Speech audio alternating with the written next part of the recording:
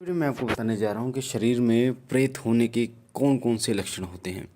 एक छोटा सा जो प्रेत होता है वो आपके शरीर में घुस जाता है और आपके शरीर के अलग अलग भाग पर बैठता है और उन्हीं भागों पर आपको दर्द रहता है, उन्हीं भागों पर आपको भारीपन महसूस होता है और इतना दर्द होता है कि डॉक्टरों के पकड़ में नहीं आता और आपकी जान तक ऐसा लगता है कि जैसे जान निकलने वाली हो। पर वो जो प्रेत होता है वो उस स्थान पर बैठकर आपके शरीर को मलिन कर देता है। मलिन का मतलब गंदा कर देता है, आपके शरीर को खाते रहता है और एक ऐसा समय आता है जब आपके शरीर को खोखला कर देता है। क्योंकि एक तो वो जो प्रेत है वो आपके शरीर में पूरा रमा हुआ होता है, आपके शरीर को उसने पूरा घेर रखा होता है, अलग अलग बीमारियां बनाने में वो सक्षम हो जाता है। एक समय ऐसा आता है लगभग 20 साल बाद 30 साल बाद जब वो आपके खून में रम जाता है और बड़ी बड़ी बीमारियां बनाने में सक्षम होता है, जैसे टीबी जैसी बीमारियां, शुगर जैसी बीमारियां वो बनाने में सक्षम हो जाता है और हार्ट अटैक तक का कारण ये प्रेत बनता है। पर अधिकतर डॉक्टरों की पकड़ में ये नहीं आता।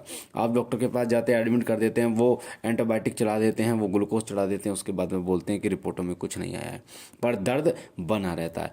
और लास्ट में जब डॉक्टरों को कुछ समझ में नहीं आता तो वो एक चीज़ बोलते हैं, वो साइकोलॉजिकली कोई दिक्कत बोलते हैं कि साइकोलॉजिकल दिक्कत है दिमाग में, यानी कि ये टेंशन ज़्यादा लेते हैं, इनको परेशानी ये है, कोई ना कोई परेशानी या टेंशन है, कोई बात इन्होंने दिमाग में रख रखी है जिसके कारण ये परेशानी उसको हो रही है। अब आप एक बात बताइए, किसी को अगर दर्द हो रहा है, किसी हिस्से पर दर्द है, तो उसकी यानी उसकी टेंशन से उस दर्द का क्या कनेक्शन है?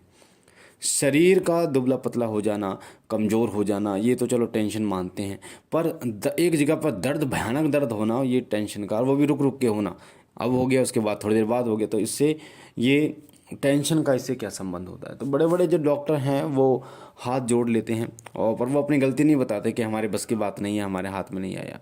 पर जो प्रेत होता है वही सारे जो खेल है वो कर रहा होता है। प्रेत आपके कंधों पर बैठता है, सिर पर बैठता है, आपके घुटनों पर बैठता है, हाथों पर बैठता है, जो महिलाओं का पेड़ू होता है नाभि के नीचे वहाँ बैठता है, बच्चेदानी पर बैठते हैं। जो गंदे प्रेत होते हैं वो बच्चेदानी पर बैठते हैं।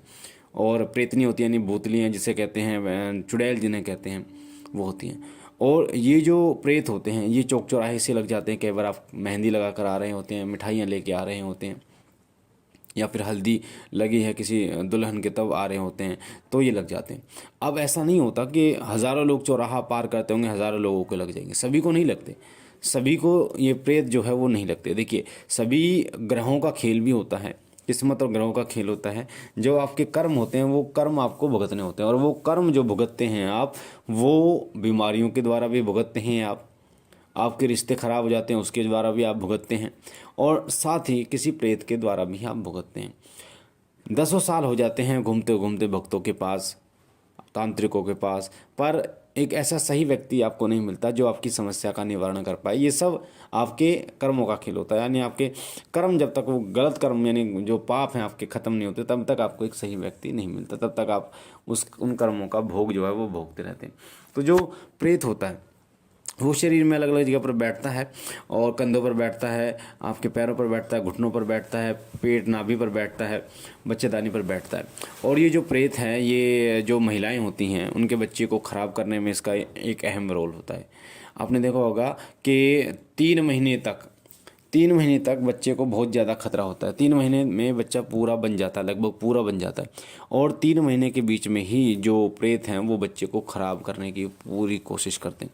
जैसे आपको सुगंध आती है, हमें आती है, मिठाइयों की सुगंध आती है, सब्जी रोटी की सुगंध आती है, ठीक है, उसी प्रकार से जो प्रेत मशान होते हैं ना, इनको जब बच्चा गर्भ में आता है तो उस बच्चे की सुगंध आती है, जिसके कारण उसको ये खाने के लिए दौड़ते हैं और उसको ख़राब कर देते हैं। इसलिए जो भगत हैं, तांत्रिक हैं, वो एक गंडा बनाते हैं कमर में बांधने के लिए माता बहनों के लिए 3 महीने तक, और उसके ऊपर भी बनाते हैं वो जब तक कि बच्चा पैदा नहीं हो जाता, और जब डिलीवरी होने वाली होती है तो उससे पहले उस गंडे को निकाल दिया जाता है ताकि बच्चा सही सलामत इस दुनिया में आ सके।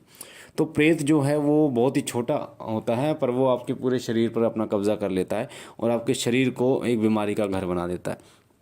तो कैसे आप पहचान सकते हैं कि प्रेत है? सबसे पहली बात यह है कि आप डॉक्टरों पे कितना ही इलाज कराते रहोगे, पर कहीं ना कहीं आपको और ना डॉक्टर को आपकी बीमारी का पता चलेगा। आप अल्ट्रासाउंड करा रहे हो, इतने सारे टेस्ट करा रहे हो, कुछ नहीं आएगा, मात्र और मात्र डॉक्टर बोलेंगे इन्फेक्शन आ रहा है, टेंशन है, बस ये बोलेंगे, पर जो दर्द है उसका पता नहीं चलेगा। ठीक है, तो और बाकी दवाई दे देंगे, वो दर्द की दवाई देंगे, दर्द बंद होगा थोड़ी देर, फिर ऐसा होने लगेगा। तो जो डॉक्टर हैं वो उसको नहीं पकड़ पाएंगे, पहला ये लक्षण होता है। दूसरा लक्षण होता है कि जिसको प्रेत होता है उस जहाँ पर वो बैठता है उस जगह पर उसको भारीपन लगता है। जैसे सर पे बैठेगा तो सर भारी रहेगा, कंधे भारी रहेंगे, कंधे पर बैठेगा तो घुटने पर बैठेगा तो पैरों से चला नहीं जाएगा, ऐसा लगेगा। तो ये दूसरा लक्षण होता है प्रेत का।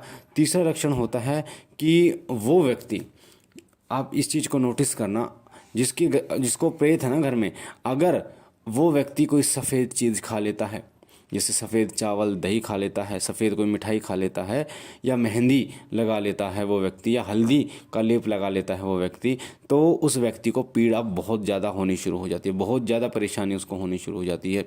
ये तीसरा लक्षण होता है। चौथा लक्षण होता है कि जब भी वो व्यक्ति किसी एक अच्छे साधक के सामने जाता है, किसी तांत्रिक के सामने जाता है, जिन्होंने तपस्या की, जिन्होंने पूजा जप किया है, जिसने पूजा पाठ की है, तो उस व्यक्ति के शरीर में जो है वो घबराहट होनी शुरू हो जाती है।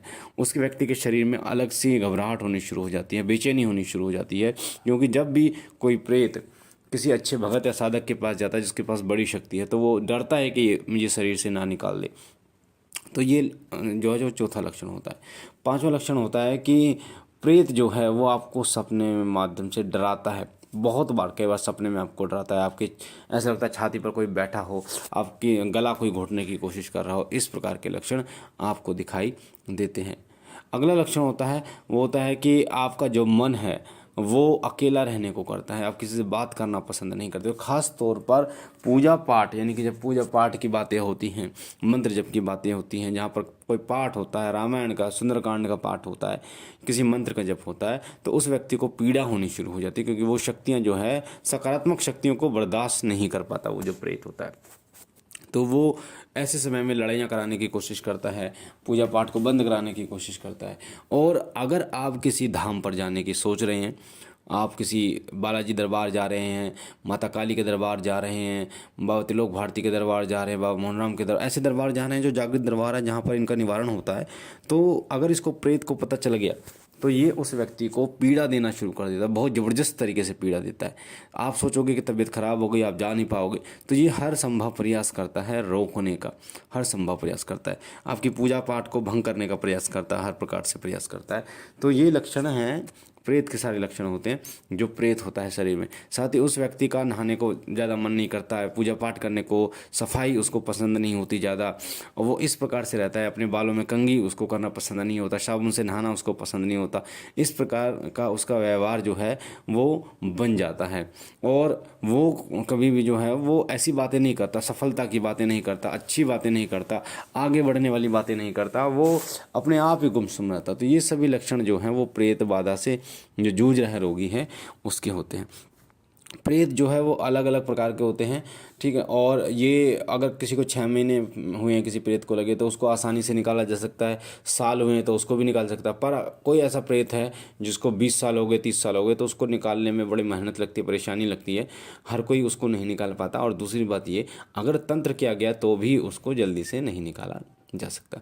पर मैं आपको बता दूं कि बड़े से बड़ा प्रेत हो, तंत्र कुछ भी हो, अगर आप अपने मन पर, अपने आप पर ये बोलें और प्रभु के चरणों में ध्यान लगाएं कि हाँ, मैं जो हूँ ये शरीर मेरा है और इस पर कोई अपना अधिकार नहीं जमा सकता, और आप सुबह शाम बजरंग बाण का पाठ करें, तो आप देखेंगे